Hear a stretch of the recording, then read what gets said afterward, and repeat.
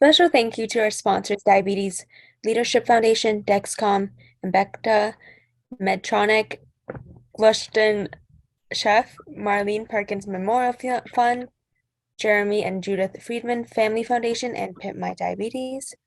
So now it'll be our quick introduction. My name is Asma. I'm one of your co-hosts. I'm also co-president for the Diabetes Awareness Society at the University of Toronto Scarborough. My name is Sandra. I'm the president at the U Ottawa Team Diabetes Association at U Ottawa.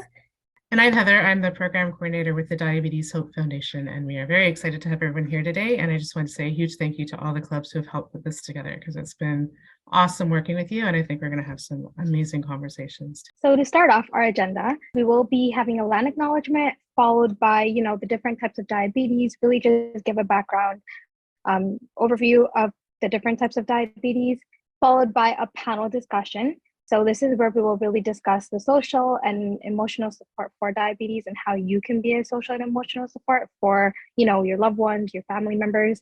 Then we'll have DHF programs and mental health resources, followed by a quick breakout room. And then we'll regroup at the end to have a quick evaluation on the breakout room and a raffle. So stay tuned. Other land acknowledgements out there for different areas. So Toronto is in the Dish with One Spoon territory. The Dish with One Spoon is a treaty between the Anishinaabe, Mississaugas, and Haudenosaunee that bound them to share the territory and protect the land.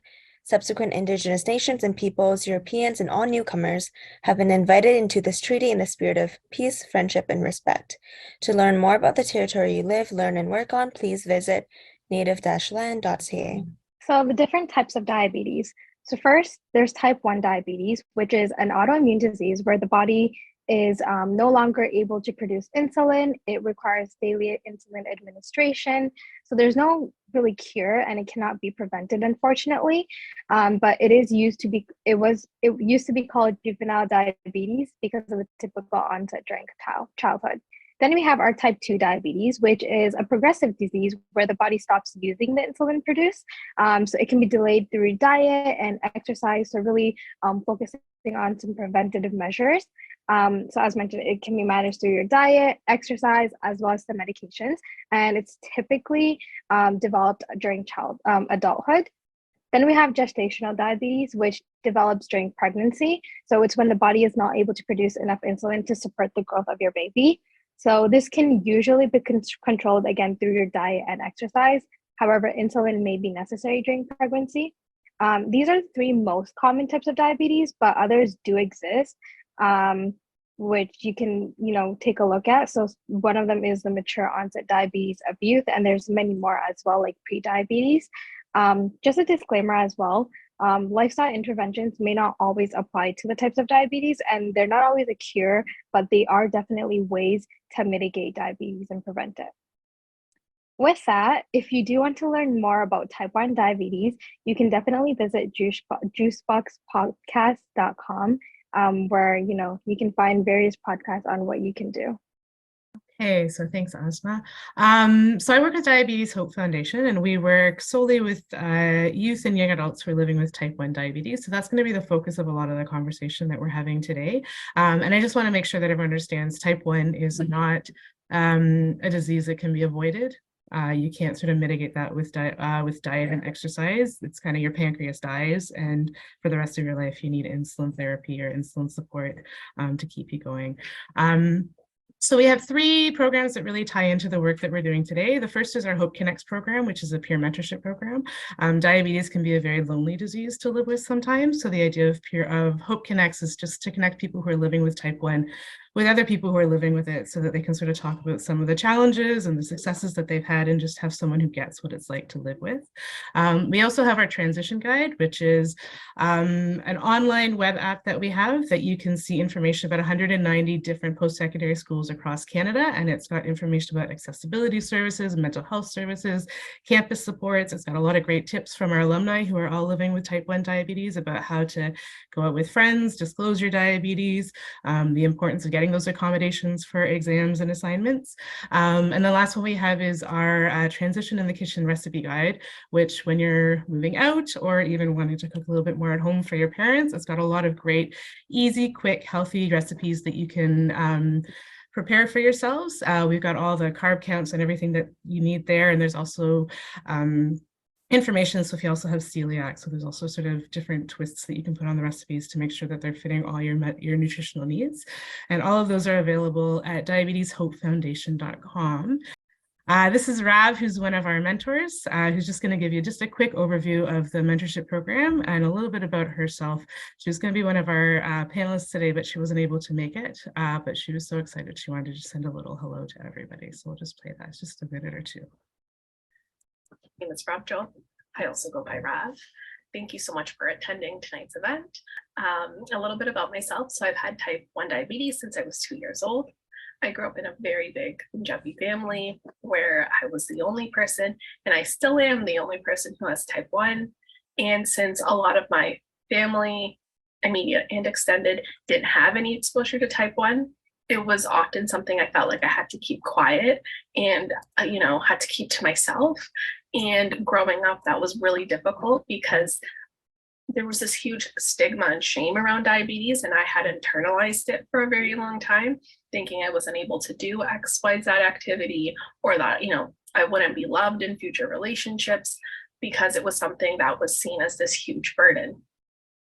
But as I kind of transitioned from, teenage years into adulthood, I realized, okay, this is kind of messed up. We need to break down some barriers here. And so when I was 18, I discovered DHF, and I've been with the organization since.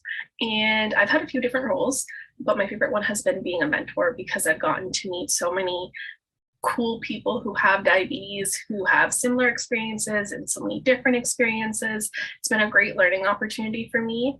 And I know that my younger self would be so giddy and pleased because that's all I ever wanted as a kid, was to have like a group of, diet buddies who just got where I was coming from. And so that's something I'm extremely grateful for. So that's Rav. She's one of the mentors that we have through the Hope Connects program at Diabetes Hope Foundation. And just to sort of make sure everyone understands, it's open to anyone who's in first or second year university or getting ready to start university and is just looking for that extra support on campus. Because again, it can be kind of feel very isolated if you're the only one living with type 1, especially as you're transitioning to post-secondary school.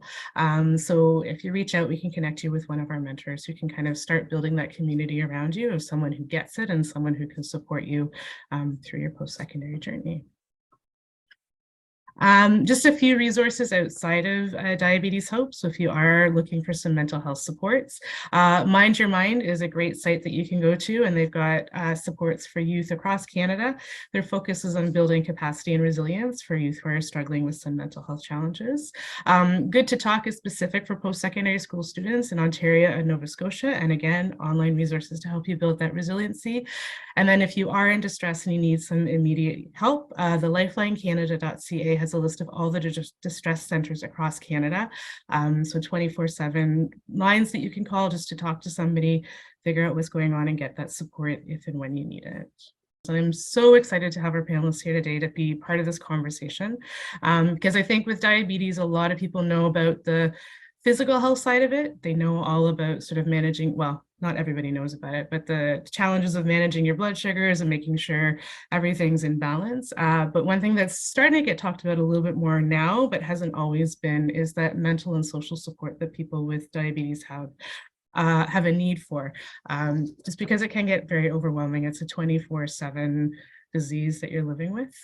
So we have 4 amazing panelists today who are all living with type 1 diabetes and going to share some of their experiences with type 1 and the importance of that social and emotional support they get from their family and friends. So we'll just go kind of across the board. Hi guys, my name's Kirsten. I established, fundraised, and presented a DHF scholarship in 2009 to 2015. I'm now working as a registered psychotherapist certified by the CRPO, so that's the Registered College of Registered Psychotherapists of Ontario. My formal education, training, and experience living with type 1 diabetes allows me to relate with others on their T1D journeys. And I feel honored to help individuals and their personal supports address some of the anxiety, frustration, insecurity, and other challenges that can accompany T1D. Outside of my role as a mental health professional, I like to read, discover new music, try out new restaurants, attend yoga, and spend time with family and friends. Awesome. Thank you, Kirsten, and welcome. And next I'll get Emily, if you don't mind introducing yourself. Hi guys, I'm Emily. I was a 2018 DHF scholarship recipient, and I've been trying to give back to DHF ever since. I was diagnosed with diabetes when I was 14, which, like most can agree with, it's very isolating, especially at a teenage age. I currently am working social work and guiding people throughout, the healthcare system and things like that. Eventually, what I would like to do with that career is become a support for diabetic community and hopefully, work with an endocrinology clinic and being of support to others facing this journey and their support system. So friends, loved ones. Yeah. So thank you, Emily, and welcome. And next up, Tariq. Hi guys, my name is Tarek. I'm from Victoria, British Columbia, and I've been diabetic for 15 years. And so after I took part in the last Diabetes Hope Foundation event, I've been very passionate about advocating and wanting to do more and talk more about this condition. And so I think it's super important that we're all here today, and I'm super glad to see a lot of people that are attending. I'm a second-year student at the University of Ottawa, where I'm studying international business, and I hope to pursue my my studies into law and then to continue advocating for this condition that affects so many. Awesome, thank you, Tarek. And Manisha. Hi, everyone. I'm currently 21 and I have had type 1 diabetes for the past 14 and a half years. I study psychology at the University of Toronto, Mississauga. This is actually my first Diabetes Hope Foundation event, but I look forward to working with them in the future as well. I'm also the VP of Advocacy for the Diabetes Link at U of T. I believe advocacy, whether done independently or through community, is a really huge part in getting closer to removing stigma from society regarding type 1 diabetes. And I really hope to advance in advocacy work as I go. Apart from that, I also have 2 pets and I love crafting, but I don't really have too many other hobbies. Awesome. Thank you, Manisha. And thank you again for everyone for being here. So I'm just going to turn the share screen off so we can have an actual conversation. The first question that I have is sort of a speed round. So I'm going to get everyone just to sort of take a turn and give me the first thing that pops into your head. What are some questions or phrases that people have said to you, whether they know you have diabetes or not, that you have found add pressure or stress to the diabetes management, or your diabetes management, I should say? And maybe we'll start with Tarek, just because you're at the top of my screen. Yeah, well, I think, there are lots, but I think one that comes to mind that I've definitely experienced many times has been the constant, maybe not on purpose, but the nagging of asking, often, are you sure you can eat that? Are you sure? That kind of doesn't get on our nerves, but it kind of questions our ability to make our own judgment on whatever we're consuming. And I know that probably doesn't always come from a bad place, but an excess of that kind of starts to be a little bit of a burden on at least myself, and I know some other diabetics that also react that way. But I think, yeah, that is definitely one that comes to mind, is the constant asking, are you sure, because there's definitely different approaches to come if you're inquiring about asking someone. But I think when it's just nagging in that way, it can sometimes come across in a negative light. Yeah, for sure. And that's kind of this idea of food policing, which we're going to talk about a little bit more in detail as well. Thank Exactly. you. Emily, what's one that gets under your skin a bit? Yeah, so one that comes to mind is kind of similar to Tariq's, but almost like a reminder, like, oh, you're diabetic, like you're probably experiencing this because you're diabetic. And it's kind of like, well, I'm also a human being as well. And, those living without diabetes also experience, the same things that I'm going through. And for instance, like when I go to see a doctor or anything, and I'm just voicing concern of, I have a bellyache, or I have this, or I have that. And it's well, you're diabetic, this is common. And yeah, like I don't forget that I have diabetes. So just constantly nagging that into my head, that plays a role, I think. Yeah. Yeah. You've done very well. Thank you, Emily. Kirsten? Yeah, I think one of the first thing that comes to mind for me is for people who know that I have diabetes, asking just the simple question of what's your blood sugar? I feel like sometimes, you know, like if you're high, you don't really want to answer. And if you're low, you also don't really want to answer because there can be mood swings associated. And it is kind of a personal question. I know that, you know, I'm fairly open with it, but still it can be asked at the wrong time. So I think merely just like understanding that, maybe looking for signs when you're concerned about someone, like if someone were to notice that I'm shaking or really pale or showing signs of being in danger, of course I would be happy for them to ask me if my blood sugar is okay. But if I'm kind of just going about my day and I seem fine, I think for me personally, it can be irritating when someone asks that. Yeah. Yeah, it's a private thing for a lot of people, and it should be. Manisha, what about you?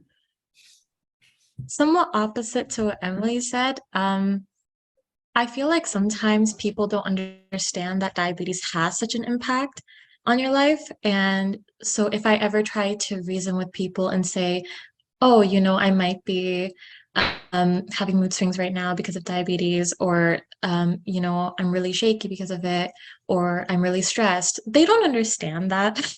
And people often, I feel like, growing up in this community, have not understood diabetes to be something that is a full like medical condition in a sense. I feel like it's more so seen as like a self-inflicted thing, and therefore it's not like a very major impact on your life, but even though it is.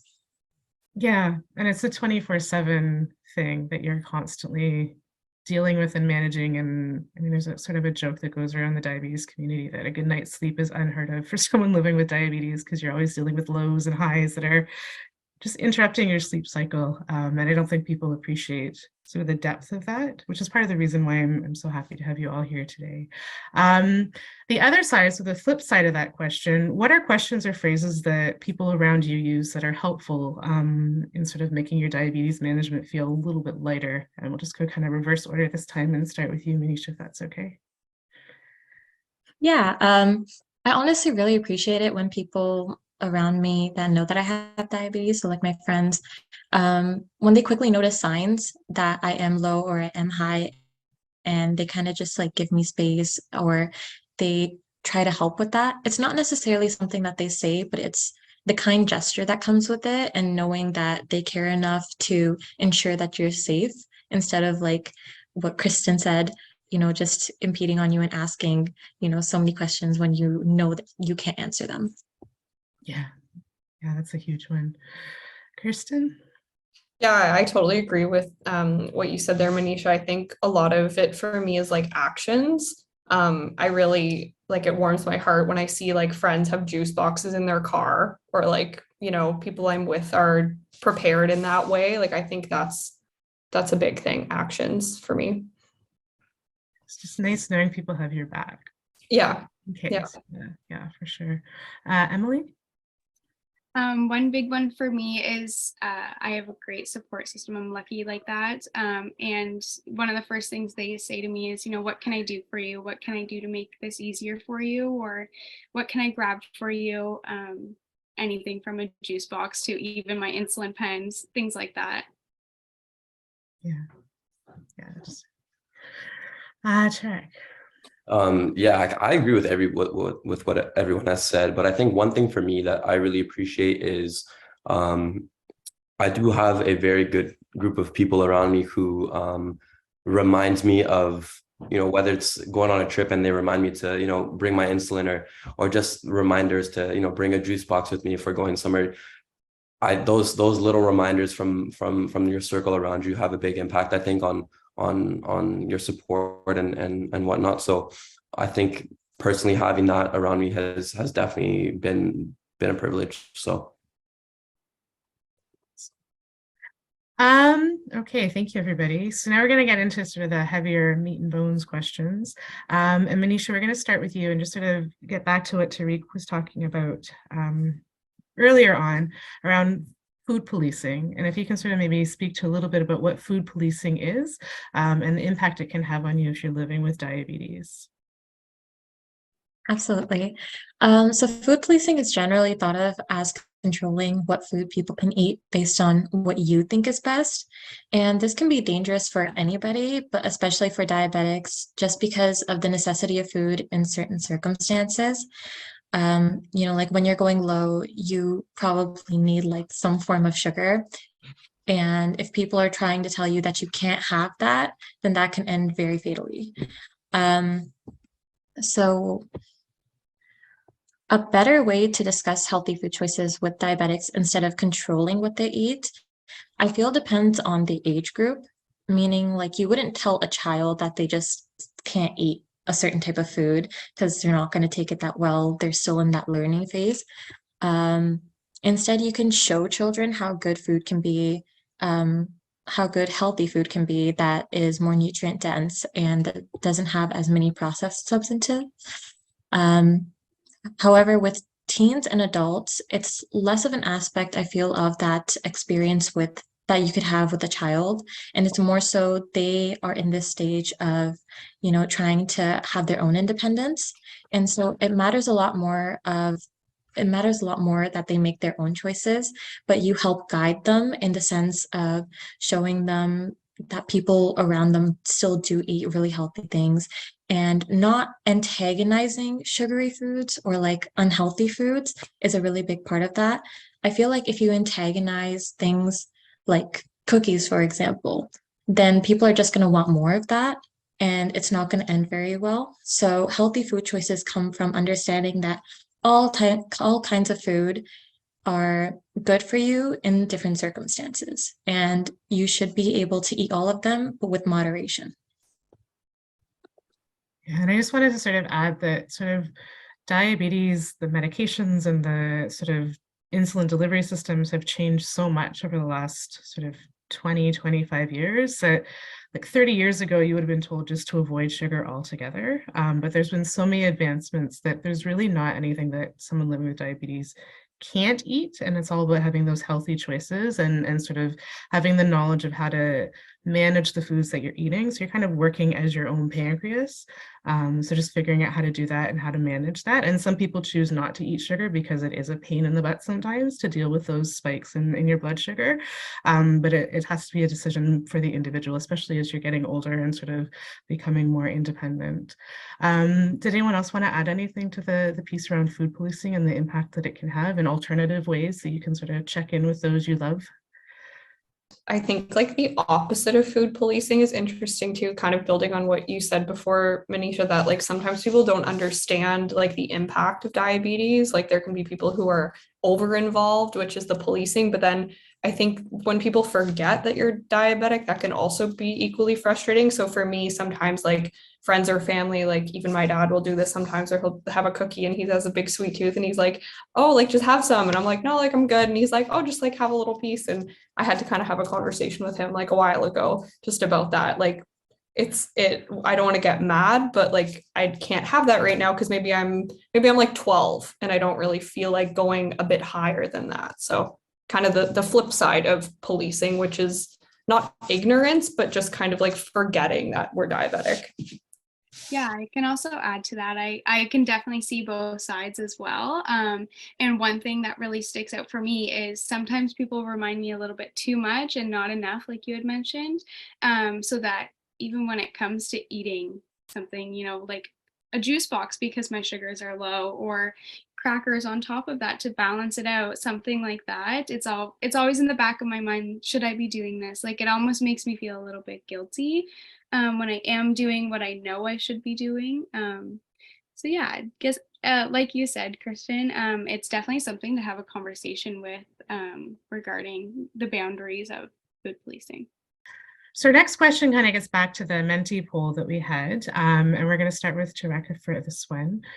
What are some examples of stigma that people living with diabetes face? And just sort of a second part of how you can build up someone's self-esteem or your own self-esteem when you're encountering those. And some of them come through food policing, but there's other ones as well.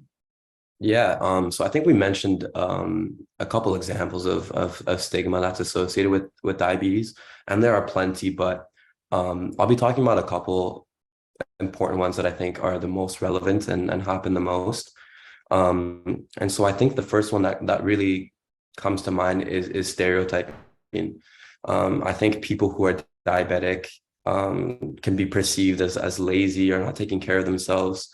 And this leads to negative stereotypes and assumptions about diabetics that are not true at all.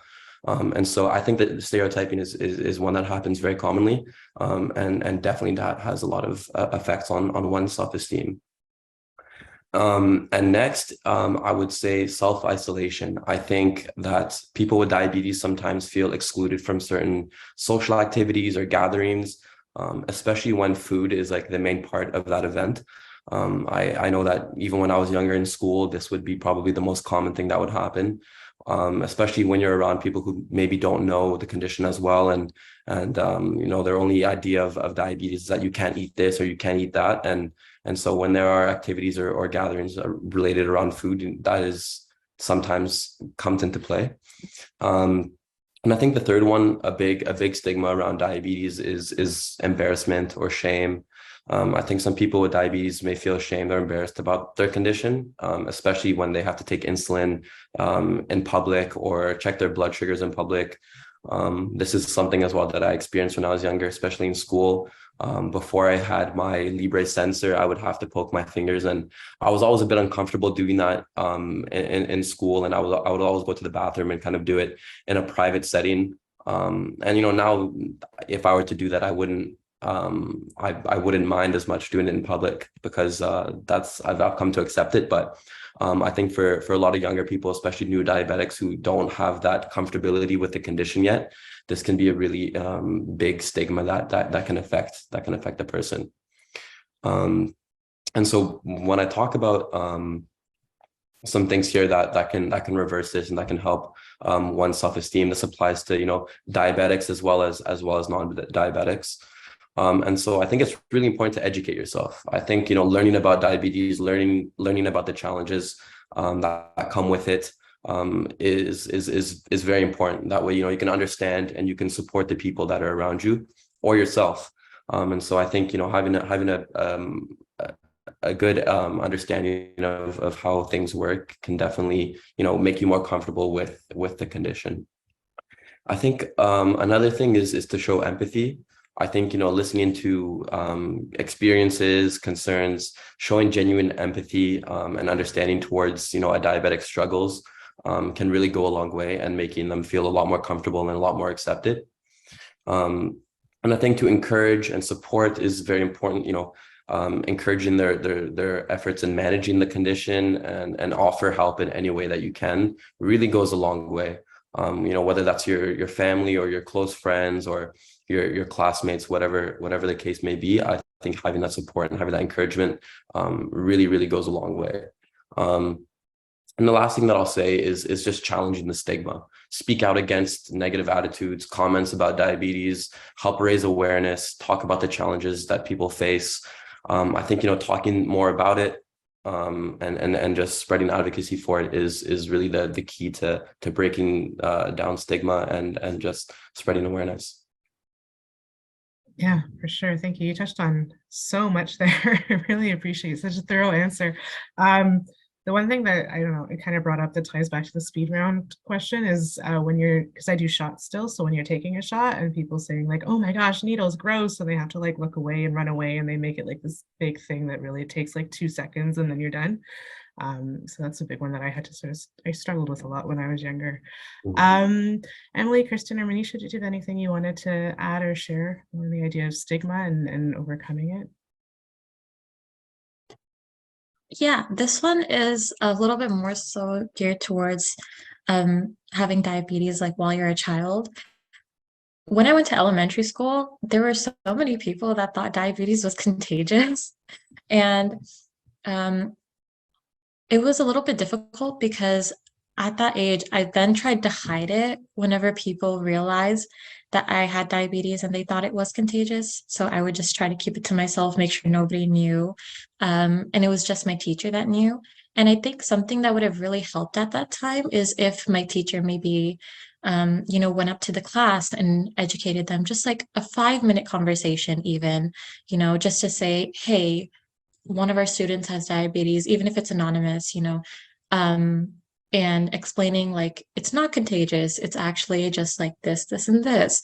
And, putting it in the simplest words just so that, these children can understand it and they kind of stop, making fun of you or, trying to isolate you or anything like that. It would have been a really big help. Yeah, I think that just hearing about the shame, just with almost all of the diabetic clients who I work with, who I counsel, it tends to be a major theme and something that really can get in the way, especially for young people, adolescents, being at school and where do I administer my insulin, where do I test my blood sugar, especially kids transitioning to high school, and there's already, existing anxieties as just a young person, and then adding that in and trying to keep it private. So I agree, just lots of empathy, lots of education on it, just to normalize it. Yeah, I have actually a similar story as well. When I was first diagnosed, I'd been doing my thing at school and I thought it was normal. And then I had a teacher actually make a comment to me, of all people, that had said, "Don't ever feel grossed out to do it in front of the class." And I kind of took that as I didn't think it was gross before, but you saying it's not gross kind of puts it in my head that maybe this isn't so normal. So I kind of kept it a secret for a while, and then I ended up actually getting really sick from that. So I remember returning to class one day and, somebody making a comment like, "You haven't been here for a while," and another person yelling out, "She has diabetes." And at the time I wasn't telling anybody. So I took that really hard. And then all of a sudden, everybody just started asking questions. And I took that as my opportunity to teach people around me what actually was going on, and, how you can help me and what not to say to somebody with diabetes. And it actually got a lot better from there. So yeah, just opening up about it and just accepting, what you're living with. Yeah. I think living with diabetes, you have to have a lot of patience, because not only are you dealing with your body that's like just sometimes really doesn't make sense and you have to kind of figure it out and you have to have patience with yourself, but you also have to have patience with the people around you too, because there's the people who assume that you have type 2, which is a very different ballgame from type 1. So there's that sort of explanation of what type 1 is versus type 2. And then there's also patience. So if I'm going low and I'm around someone who knows a little bit about diabetes, but not a lot, and they start panicking that I'm going to be dying in the next 5 minutes and they're not sure what needs to happen. And so while I'm trying to take care of myself, I also have to sort of find that patience to calm them down a little bit as well, because it just kind of gets a little bit overwhelming.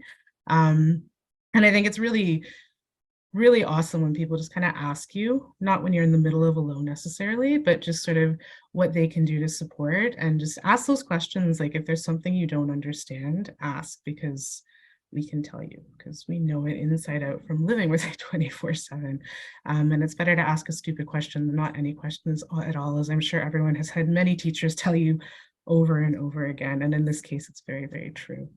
Emily, just sort of building on what you were talking about, how do you effectively communicate with your supporters what you need from them to sort of help with your diabetes management?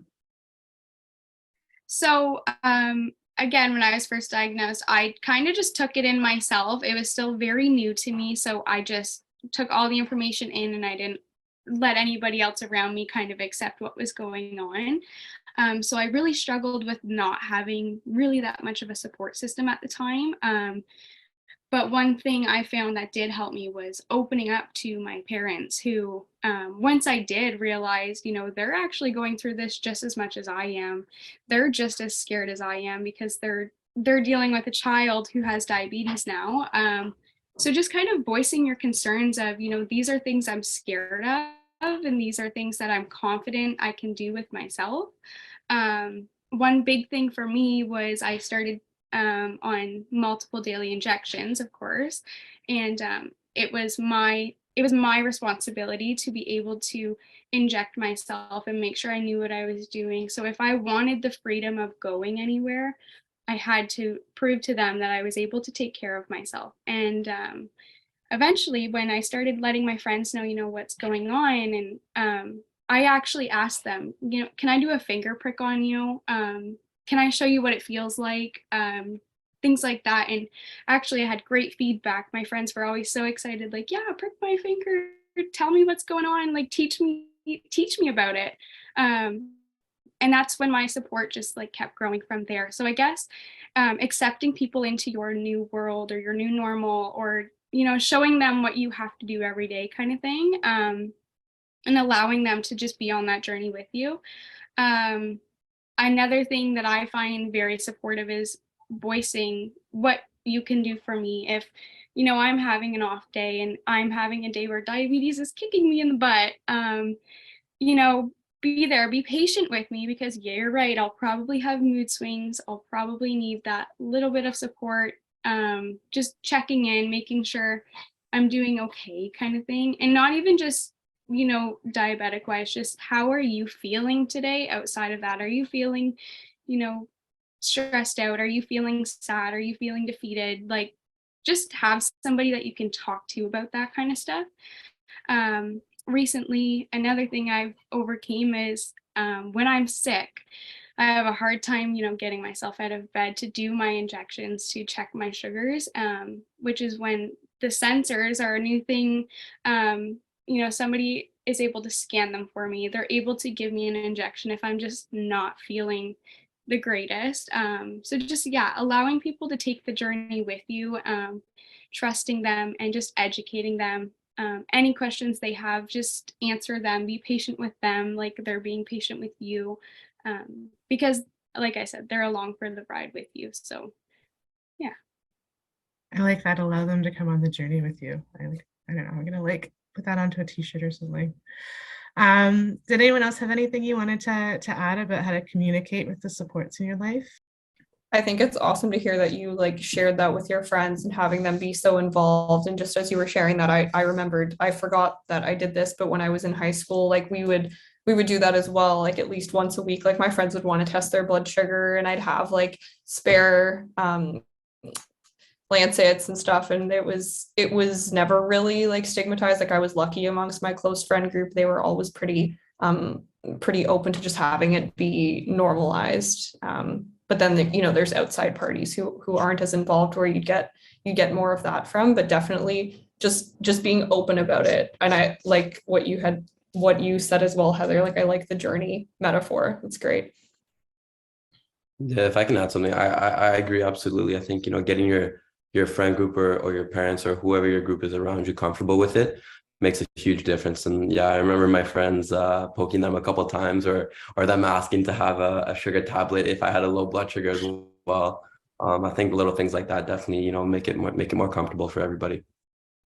Just to add on to what everybody was saying, I think sharing what you're most comfortable with, because honestly, I love that everybody in the panelists was able to, connect with people by sharing, like, poking their fingers and everything. I actually wasn't comfortable with that growing up. But everybody would always ask me and hound me, like, check my, prick my fingers, like, check my blood sugar right now. So I feel like sharing what you're most comfortable with and what you're not comfortable with doing, so that you can connect on the things that you want to do with other people, is a really big factor. Yeah. And I think, sort of one of the themes that keeps coming up is checking in, because everyone's living with this differently. Everyone's journey is a little bit different, and everybody, like, just our temperaments are all completely different, right? It's about checking in with those people that you love. And for me, anyhow, it took a while to be able to articulate what it was that I needed. And I had to do a lot of self-reflection to figure out what would help me, because I would initially get asked, well, how can I help? And I'd be like, I have no idea. I just don't know. So you need to kind of take that time to figure out what will help you. And for some people, it is sort of that right there with you for the entire journey. And for other people, it's like, I just need my space and I will call you when I need you kind of thing. And it can change for each person too. Like I've gone through phases where I didn't want anyone even mentioning the word diabetes around me. And others, like now it's all I talk about. So, well, not all I talk about, but anyhow, so just kind of being patient with the people around you. The last question for the panel before we have a short break, I'm going to start with you, Kirsten, is around the idea of self-compassion. We've touched on it a little bit sort of throughout, but what does self-compassion mean to you as someone who's living with diabetes, and how do you practice that?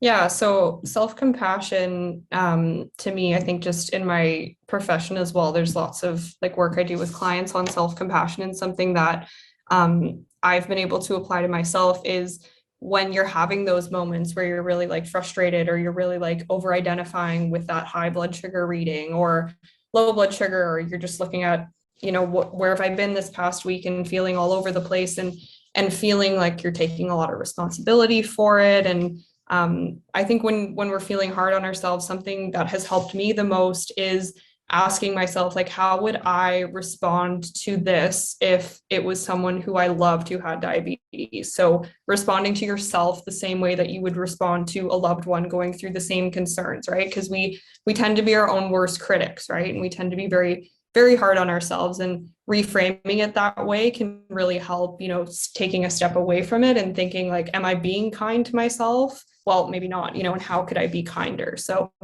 and everyone has different ways of practicing self-kindness, right? But I think it's asking that question that can really prompt then the following steps, right? So for me, a lot of the time it's recognizing, you know, I'm not fully in control of my blood sugars. There are so many other external factors in my life, like being stressed or like exercising, right? Like all these things that are going to influence you that maybe you don't have control over beyond the injections and testing your blood sugar. So relinquishing control has been a big thing for me. But again, asking that question, you know, am I being kind to myself? Am I treating myself the way I treat a loved one? That's generally a good first step. Yeah. Yeah, no, that's huge. Is sort of putting yourself on the other side of it, and taking yourself out of it almost as if you were somebody else. Yeah. Did anyone else have anything to add about self-compassion, and sort of how you practice that, or what it looks like for you? I think part of self-compassion comes from not letting other people's opinions kind of get in the way of how you see your diabetes, because, you know, sometimes you'll go to the doctors and they'll say that your A1C is high, you need to lower it. And, you know, you might feel like then you're not doing good enough, you know, even though you've tried your best to get your A1C down or something. And I feel like sometimes when I'm in that kind of a spot, I will just look at my number, my A1C, and feel like I know what I did. I know I tried my best. And, you know, even if it's not the perfect number right now, it's all about progress and it's not about perfection. And it's something that you kind of need to strive towards, even though you know that perfection is never really going to be there, right? You just kind of have to do your best and not let other people control what that means. It's hard to do. That's a constant struggle in and of itself to sort of let go of that perfection, because those numbers are kind of always in front of your face. And that's huge to do, but it's so key to sort of keeping your sanity through it, and just sort of staying grounded, I think. Yeah, I can relate to that. I always used to let my numbers like define me and define, you know, how hard I was working. And then eventually, yeah, it took me just stepping back and saying, I'm checking my sugars like 14 times a day. I'm taking my insulin. There's outside factors that are now contributing to this. And, you know, those numbers, they don't define me as a person. They don't define the work I'm doing, because living with diabetes is hard. And honestly, there are days that you don't feel like doing it, but you don't have a choice. So you just kind of, you get through the day, and tomorrow's a new day, and you just you keep working hard because really you don't have any other choice, right? So it took a lot, but yeah, letting those numbers not define you as a person and not define, you know, your diabetes it's a huge step. I can add, I absolutely agree with what everybody has said, and I think it's really important to understand the effects that other things in your life like stress and school can plays on diabetes, and just reminding yourself on those bad days that there could be external stuff happening and that your numbers don't really like Emily mentioned, don't define how you're doing. And so yeah, I think just having an understanding of external things and their effects are very important. I just want to say a huge thank you again to Tarek and Emily and Kristen and Manisha for sharing your stories and sharing your insights and sharing your wisdom. It's been really, really good. So thank you.